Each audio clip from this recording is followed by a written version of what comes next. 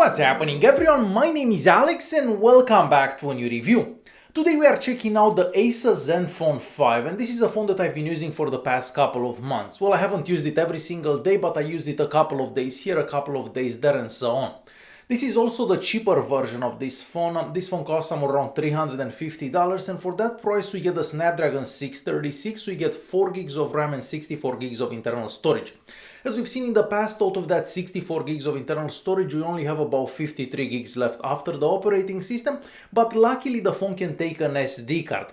Now, unfortunately, that SD card cannot be used as internal storage, so you can still save pictures and music on it, but you're not going to be able to install apps on it. This is also one of the most beautiful phones that I've seen this year. Yes, we get the same glass on the front, glass on the back and a metallic frame, and of course we get the notch at the top of that 6.2 inches screen. But if you hate the notch that badly, you can hide it from the software. But me personally, I kind of like how the phone looks with the notch. So in the notch there we have an LED notification light and we also have an 8 megapixel front-facing camera. The camera takes decent pictures as long as you have plenty of light. The pictures are pretty sharp and detailed, but as soon as you don't have enough light, well, it's kind of difficult to take sharp pictures. And all the pictures that you've just seen are taken by this device. And just before we go any further, can you help me out by pressing that like button, subscribing and maybe turning on the notifications? It's gonna help the channel quite a lot. The bezels around the 6.2 inches screen are pretty small and probably a bit smaller than the bezels that we got on the iPhone 10. However, with this phone we get a little chin at the bottom, but even like that the phone looks absolutely gorgeous. Now, I also love the size of the phone, and even though we have such a massive screen, the phone is quite small and probably smaller than a lot of other phones with the same screen size. The 6.2 inches screen is an IPS panel that has a 1080p resolution and a 19:9 screen ratio, and this is probably one of the best panels that I've seen, at least one of the best 1080p panels that I've seen. I can easily compare this with the screen that we get on the OnePlus 6, for example. So yes, a very beautiful screen. We get great viewing angles, the colors look great, and of course the sensitivity is also good. And I can actually compare the sensitivity with some other devices that are much more expensive. As I mentioned earlier, the phone's frame is made out of metal, so on the right hand side we have the power button and the volume keys. The buttons are also made out of metal. At the top we have a secondary microphone, and on the left hand side we have the slot for the SIM card. So this device can take either 2 SIM cards or a SIM card and an SD card. Moving to the bottom, there we have a 3.5mm audio jack, and that's definitely not something that we see every day, and we also get great sound from that audio jack.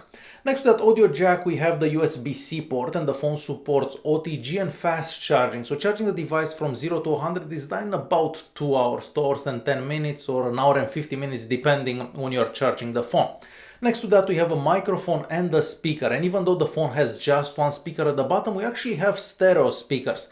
So we have the speaker at the bottom and the speaker at the top, and the sound from the speakers it's also really good. But here is a quick sample so you can see how it sounds.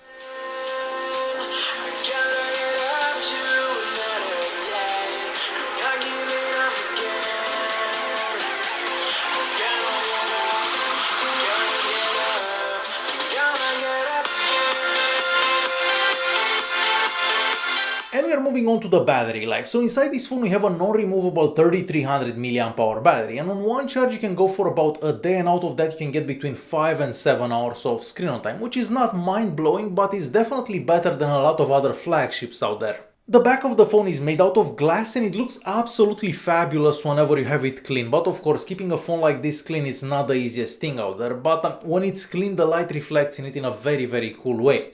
Now there is also a case that comes in the box, and you may want to use that case if you want to keep the back scratch free. Just above the ASUS logo we have the fingerprint scanner. To the left of that we have the flash, and then we have a couple of cameras. One of them is a 12 megapixel sensor and the second one is an 8 megapixel sensor that's also wide angle lens.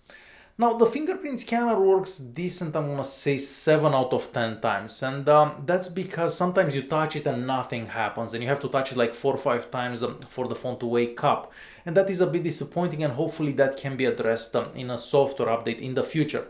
Now the phone also has a face unlocking feature that uses the front-facing camera, and that one seems to work better than the fingerprint scanner in most cases. But of course if you're gonna use the face unlocking at night, that's not gonna work that great.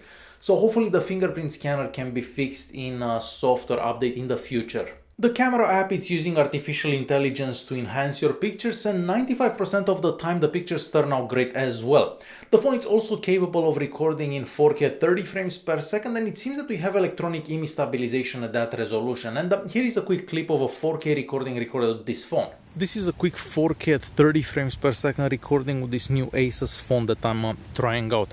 So from the looks of it, we have some type of image stabilization. I haven't looked at the footage on the computer, but as I'm seeing it on the phone, the footage isn't that shaky. So under these conditions, this is how recording from this device would look like.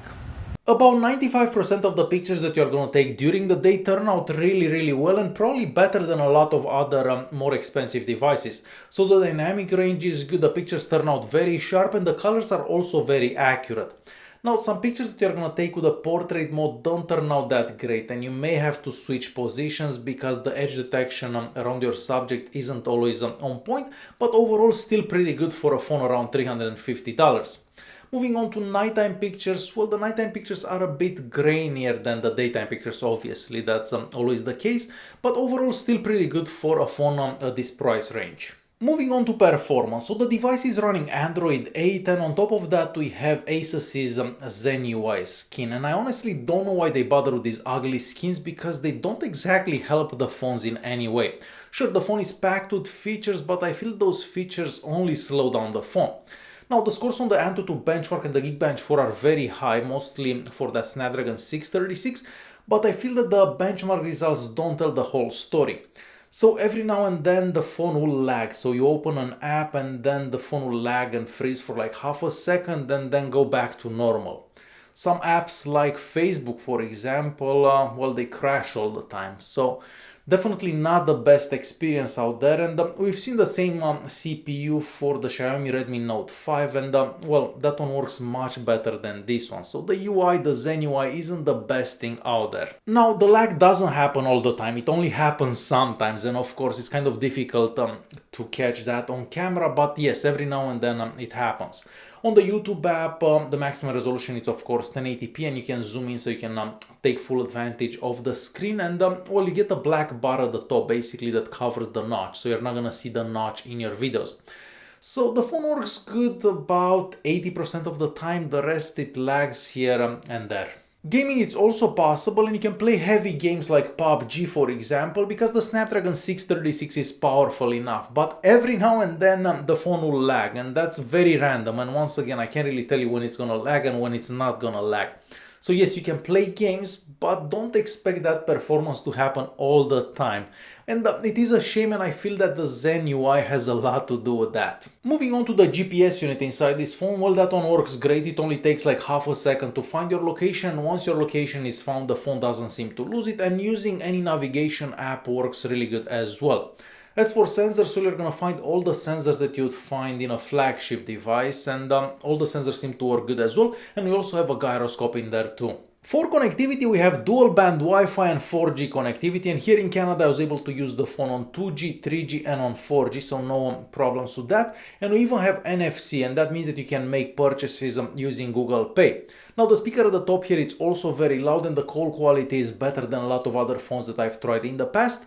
As for the speeds over the 4G network and the dual band Wi-Fi, those are also good. And it's time to conclude this video. So as I said at the beginning of the video, this is one of the most beautiful phones that I've seen this year, and the hardware is absolutely stunning. I mean, the screen looks good, the cameras are great, everything is great about this phone, but the Zen UI isn't that great, and it kind of reminds me of Samsung's TouchWiz from like 5 years ago. It's packed with features that nobody will use, and it kind of slows down the phone. Now, of course, this can always improve through updates, and the phone actually got 2 updates since I had it, so hopefully it can get better in the future. But as of now, the software on it kind of sucks, but everything else is awesome. Alright guys, hopefully you enjoyed this video. If you did like it, press that like button, don't forget to subscribe, and I'll see you in the next one. Thanks for watching.